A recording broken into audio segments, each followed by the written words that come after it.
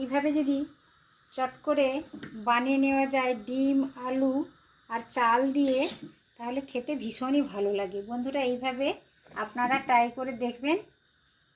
এটা হালকা একটু মনে হচ্ছে যে নরম হয়ে গেছে, কিন্তু একটু নরম হয়নি, কিন্তু ভালোভাবে কুক হয়ে গেছে। এটা গরম আছে বলে মনে হচ্ছে একটু যেন ডলা পাকিয়ে যাচ্ছে, কিন্তু একেবারেই ঝরঝরে হয়েছে। আপনারা দেখেই নিশ্চয়ই বুঝতে পারছেন। এবার আমি 1 চামচ মতো গরম মশলা ছড়িয়ে দিলাম, গুঁড়ো গরম মশলা একটু উপর থেকে ছড়িয়ে দিলাম। আর অল্প 1 চামচ মতো ঘি দিয়ে দিলাম। আপনারা চাইলে আরও বেশিও দিতে পারেন, কিন্তু আমি অল্পই দিলাম। এটা ভালো করে একটু মিশিয়ে নিচ্ছি।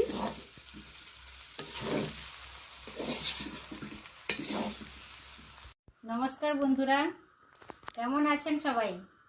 গঙ্গাসাগরের বনেদি রান্না ও পরিবেশ ইউটিউব চ্যানেলে আমি সবাইকে নতুন একটা ভিডিও দেখার আমন্ত্রণ জানালাম। তো চলুন আজ নতুন ভিডিওটা কি দেখে নিই। এক মজার ভিডিও নিয়ে আজ আমি হাজির হয়ে গেছি। এই দেখুন, এই মেজারিং কাপের, এটা রাইস কুকারের কৌটো। এই কৌটোটায় মেপে আমি ভাত রান্না করি প্রতিদিন রাইস কুকারে। তো এই কৌটোরে আমি 2 কৌটো চাল নিয়ে নিয়েছি। এটা আমাদের বাড়িতে দুধেশ্বর চাল খাওয়া হয়, সেই দুধেশ্বর চালটাই নিয়েছি। আপনারা চাইলে গোবিন্দভোগ চাল নিতে পারেন, কিংবা বাসমতি রাইসও নিতে পারেন, আতপ চাল ব্যবহার করতে পারেন। কিন্তু এটা বাড়ির চালেও ভীষণ ভালো হয়, কোনো অসুবিধে নেই। একেবারে ঝরঝরে পোলাও তৈরি হয়। অনেক সময় আমাদের কি হয় যে মেয়েরা বাড়িতে থাকি, সবসময় অনেক রান্না করি খাই, কিন্তু ধরো কোথাও বেরিয়ে গেলাম, তারপর এসে আর অনেক রান্না করতে ইচ্ছে হয় না, 10টা 5টা রান্না করতে ইচ্ছে হয় না, বা ভাত রান্না করতে ইচ্ছে হয় না, তখন চটজলদি এইটা বানিয়ে নেওয়া যায়। খুব সহজে বাড়িতে থাকা খুব অল্প উপকরণ দিয়ে এই রান্নাটা হয়ে যায়। ছোট থেকে বড় সবাই এটা খেতে ভীষণ ভালোবাসবে, এবং একটা রান্নাতেই সবার পেট ভরে যাবে। তো দেখুন, এইটা রান্না করার জন্য আমি 2 কাপ চাল নিয়েছি। চালটা ভালো করে ধুয়ে নিতে হবে, 4-5 বার জল চেঞ্জ করে করে ধুয়ে নিতে হবে। চালটা আমি ধুয়ে নেব। আর এই রান্নাটা করার জন্য 5টা ডিম বয়েল করে নিয়েছি। এবার হালকাভাবে একটু এটা চিড়ে নিচ্ছি, যাতে তেল মশলাটা ভালোভাবে ঢুকে যায়, খেতে বেশ ভালো লাগবে। এই রান্নাটা করতে বেশি সময়ও লাগে না, আর একেবারে বিনা কষ্টেই রান্নাটা হয়ে যায়। আর সবার বাড়িতে তো আলু চাল বা ডিম, এই টুকটাক জিনিসগুলো তো সবসময় থাকেই, বেশি কিছু দরকার হয় না। তো ডিমগুলো সব আমি একটু করে কেটে নিলাম। আর এই দেখুন, 2টো ডিম 2টো আলু আমি ডুমো করে কেটে নিয়েছি। মাংসে বা আমরা ডিমের ঝোল বানালে যেইভাবে আলুটা কেটে নিই, সেইভাবে আমি কেটে নিয়েছি। আর এই তরকারিটা করার জন্য বিশেষ কিছু মশলা আমি ব্যবহার করছি না। 2টো বড় সাইজের পেঁয়াজ কেটে নিয়েছি, 4-5টা কাঁচা লঙ্কা নিয়েছি, একটা টমেটো ডুমো করে কেটে নিয়েছি। আর এই তরকারিতে একটু ধনেপাতা বেশি লাগে, ধনেপাতা একটু দিলে বেশ খেতে ভালো লাগে। ধনেপাতার ফ্লেভারটা এই রেসিপিতে ভীষণ ভালো আসে, চটজলদি বানানো যায়। আর ফোড়নের জন্য এই দেখুন, 4-5টা লবঙ্গ নিয়েছি ছোট, 3 টুকরো দারুচিনি কাঠ নিয়েছি, 5-6টা ছোট এলাচ নিয়েছি, 1 চামচ গোটা জিরে নিয়েছি, 2টো তেজপাতা নিয়েছি। তো মোটামুটি সমস্ত কিছু দেখিয়ে দিলাম। এবার আমি চালটা ভালো করে ধুয়ে আনবো। চালটা খুব ভালো করে ধুতে হবে। তো এটা বাড়িতে থাকা চাল দিয়েও এই পোলাওটা, ঝরঝরে পোলাওটা মানে সহজে বানানো যায়, কোনো অসুবিধা হয় না, খেতে বেশ ভালো লাগে। বন্ধুরা এইভাবে একবার ট্রাই করে দেখবেন। এখন আমি চালটা ধুয়ে নিয়ে আসছি। বেশ কয়েকবার জল চেঞ্জ করে করে আমি চালটা ভালো করে ধুয়ে নিয়ে চলে এসেছি। এই পোলাওর জন্য কিন্তু চালটা খুব ভালো করে ধোয়ার কিন্তু প্রয়োজনীয়তা রয়েছে। চালে অনেক সময় বিভিন্ন পাউডার থাকে, তো চালটা যত সময় না চালের একবারে স্বচ্ছ জল বেরোচ্ছে, তত সময় কিন্তু আপনারা চালটা ধুয়ে নেবেন। তো আমি তো আমার বাড়ির চালে করছি, আপনারা চাইলে বাজার থেকে কেনা ভালো সরু চালে করতে পারেন। চালটা একটু সরু হলেই হবে, বাজারের চাল হোক কিংবা বাড়িতে রাখা চাল হোক। তো মোটামুটি সমস্ত কিছু আমি দেখিয়ে দিয়েছি বন্ধুরা। এবার চলুন তাহলে রান্নাটা শুরু করি। ওভেনে একটা কড়াই বসিয়ে দিয়েছি, কড়াইটা বেশ গরমও হয়ে গেছে, একটু আগে থেকেই বসিয়েছিলাম, গ্যাসটা অন করা আছে। এই পর্যায়ে আমি ডিম আর আলুটা ভেজে নেওয়ার জন্য 2 টেবিল চামচ সরষা তেল দিয়ে দিলাম। রান্নাটা আমি সরষা তেলেই করছি, আপনারা চাইলে সাদা তেলেও করতে পারেন, আপনাদের সুবিধে মতন করে নেবেন। কিছুটা পরিমাণ আমি লবণ দিয়ে দিলাম। 1 চিমটে আমি হলুদ দিয়ে দিলাম। আমি যেহেতু আলুতে লবণ হলুদ কিছুই মাখাইনি, ওই জন্য আমি তেলের মধ্যে দিয়ে দিলাম। এবার এটা ভালো করে নেড়ে চেড়ে লালচে করে একটু ভেজে নেব। আলুটা বেশ ভালো করে আমি ভেজে নিলাম, হালকা লালচে হয়ে গেছে। এই পর্যায়ে আলুগুলো আমি সব তুলে নিচ্ছি।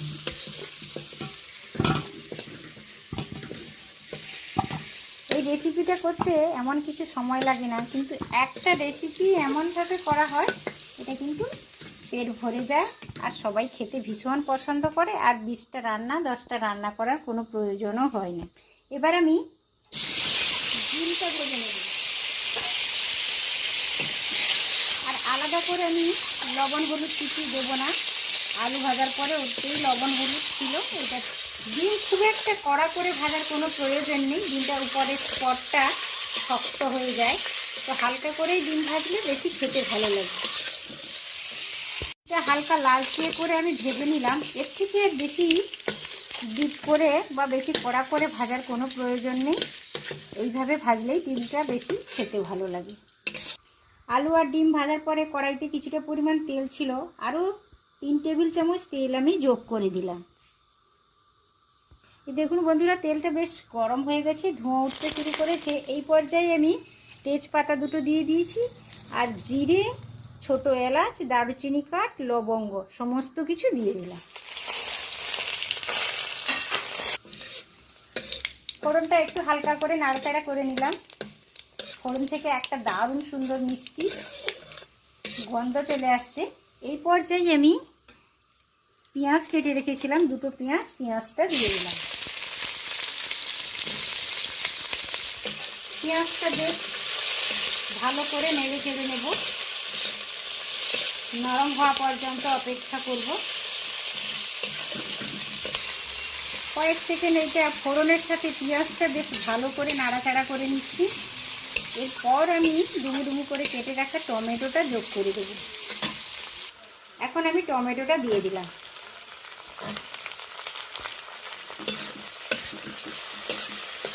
ভালো করে আরও কয়েক সেকেন্ড ধরে এইভাবে নাড়াচাড়া করে নেব। ভিডিওটা শুরু থেকে শেষ পর্যন্ত দেখবেন বন্ধুরা, এটা খুবই একটা দারুণ রেসিপি। ডিম আর আলু ভাজার সময় আমি লবণটা ব্যবহার করেছি, এখনও আমি লবণ মোটামুটি কিছুটা পরিমাণ দিয়ে দিলাম, পরে টেস্ট করে দেখে প্রয়োজন যদি হয় দেব। আজ টমেটোর বেশ কাঁচা ভাবটা কমে গেছে, বেশ নরম হয়ে গেছে, আপনারা দেখে নিশ্চয়ই বুঝতে পারছেন। এই পর্যায়ে আমি আদা বাটা 1 চামচ দিয়ে দিলাম, আরও একটু অল্প দিলাম। এবার আদা বাটাটা ভালো করে মিশিয়ে নিচ্ছি।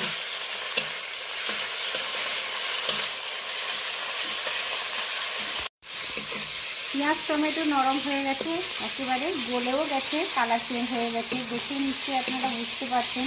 এই পর্যায়ে আমি অল্প করে একটু জল দিয়ে দেব। অল্প জল দিয়ে অল্প করে যদি জল দিয়ে মশলাটা কষিয়ে নেওয়া হয় তাহলে মশলাটা বেশ ভালো হয়। এবার আমি গুঁড়ো মশলাগুলো অ্যাড করে দেবো, এই জন্য জলটা ব্যবহার করলাম, যাতে নিচে না বসে যায় বা না ধরে যায়, ওই জন্য অল্প জল দিলাম। আধা চামচ আমি হলুদ গুঁড়ো দিয়ে দিলাম, আধা চামচ লঙ্কা গুঁড়ো দিলাম, লঙ্কাটা নিজেদের পরিমাণ বুঝেই দেবেন। আধা চামচের একটু বেশি দিলাম জিরে গুঁড়ো, সেই অনুসারে আধা চামচের একটু বেশি দিলাম ধনে গুঁড়ো। তো সমস্ত গুঁড়ো মশলা দিয়ে দিয়েছি, এইটা ভালোভাবে নেড়ে চেড়ে কষিয়ে নেব।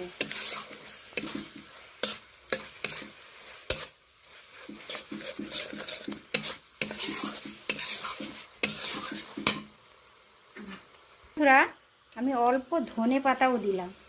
এই রেসিপিটাতে ধনে পাতার ফ্লেভারটা ভীষণ ভালো আছে।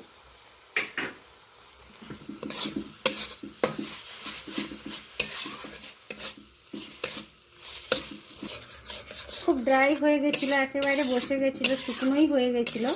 আমি আরও 1 চামচ মতো জল দিয়েছি। এইভাবে যদি অল্প অল্প করে জল দিয়ে যদি মশলাটা কষিয়ে নেওয়া হয়, তাহলে তরকারিটা হোক বা যে কোনো রেসিপি হোক বেশ ভালো লাগে খেতে। তো এইভাবে আপনারা ট্রাই করবেন। এবার আমি ধুয়ে রেখেছি চালটা দিয়ে দেব। এই দেখুন একেবারে ঝরঝরে হয়ে গেছে। আমি ভিজিয়েও রাখিনি, ধুয়েই রেখে দিয়েছিলাম। এর গায়ে যে অল্প জল ছিল সেটা শোক করে নিয়েছি, একেবারে ঝরঝরে হয়ে গেছে। এবার আমি এই মশলার সাথে চালটা দিয়ে দেব। চালটা পুরো ঢেলে দিয়েছি। গ্যাসের ফ্লেমটা এখন একেবারে লোই রেখেছি। চালটা মশলার সাথে এইভাবে ভালো করে নেড়ে চেড়ে নিচ্ছি।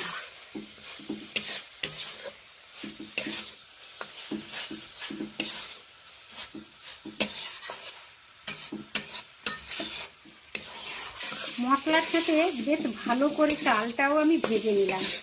এবার হালকা তলাতে ধরে যাচ্ছে, মানে ভালোভাবে কষানো হয়ে গেছে। তো এবার আমি জলটা দেব। জলটা একটু মাথায় রেখে আপনারা জলটা ব্যবহার করবেন। বাড়ির চাল যদি ব্যবহার করেন তাহলে তো জানেন আপনারা কতটা পরিমাণ জল দিলে ভাতটা ঝরঝরে হবে। আর বাজার থেকে কেনা চালে, গোবিন্দভোগ চালে বা বাসমতি রাইসে যদি আপনারা করে থাকেন, গোবিন্দভোগ চালের জন্য 2 কৌটো যদি নেন তাহলে 3.5 কৌটো জল। আর যদি বাসমতি রাইসে করেন তাহলে 2 কৌটো চালের জন্য 4 কৌটো জল ব্যবহার করবেন। তাহলে ভাতটা একেবারে ঝরঝরে হবে, খেতেও ভীষণ ভালো লাগবে। তো এখন আমি যেহেতু কেনা চালে করছি না, আমার বাড়ির চালে করছি, আমি এখানে যেই কাপ মেপে, যেই কৌটোটা মেপে আমি চাল নিয়েছি, ওরই 4 কৌটো জল আমি দিয়ে দেব।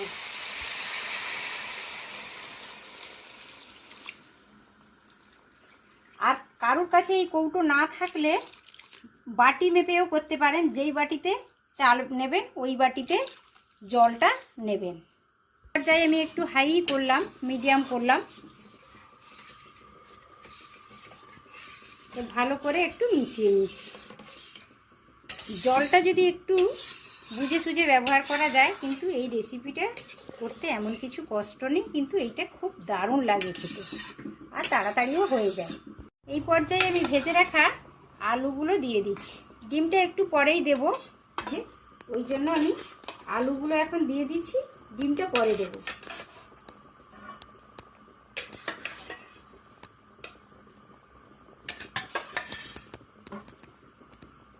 ফ্লেমটা এই পর্যায়ে আমি মিডিয়ামে রেখেছি। একটা ঢাকনা চাপিয়ে দিলাম, 10 মিনিটের জন্য একটা ঢাকনা চাপিয়ে দিলাম। ঢাকনাটা খুলে নিলাম।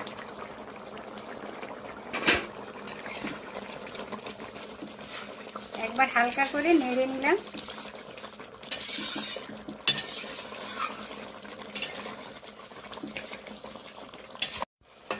ঢাকনা চাপিয়ে রেখেছিলাম, ঢাকনাটা খুলে নিয়ে একটু নাড়াচাড়া করে দিলাম। অনেকটাই হয়ে গেছে, কিন্তু এখনও বাকি রয়েছে, চালটা একটু শক্ত আছে। এই পর্যায়ে আমি ডিমগুলো দিয়ে দিলাম। কিন্তু ডিমটা যদি প্রথম থেকে আমি দিয়ে দিতাম তাহলে ডিমটা তো সিদ্ধ করা, তো ওভার কুক হয়ে একেবারে নরম হয়ে যেত। ওই জন্য আমি ডিমটা একটু পরেই দিলাম। আপনারা সুবিধে মতো দেবেন।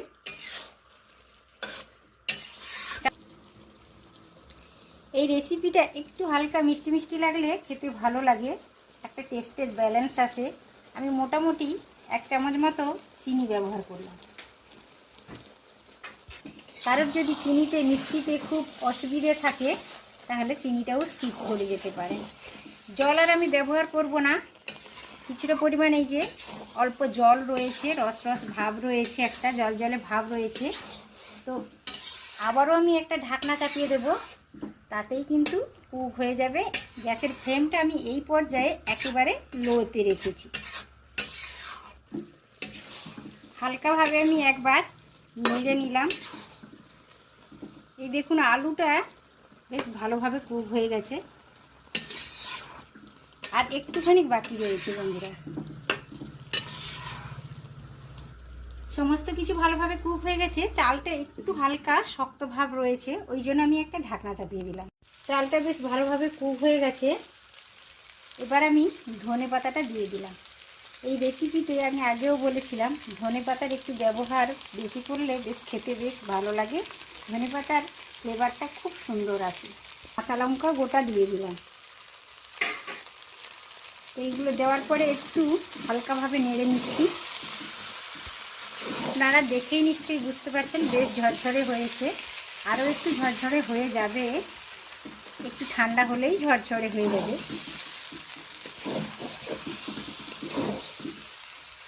এই দেখুন চালগুলো এই যে সিদ্ধ হয়ে গেছে, কত ভালো সিদ্ধ হয়ে গেছে। এই যে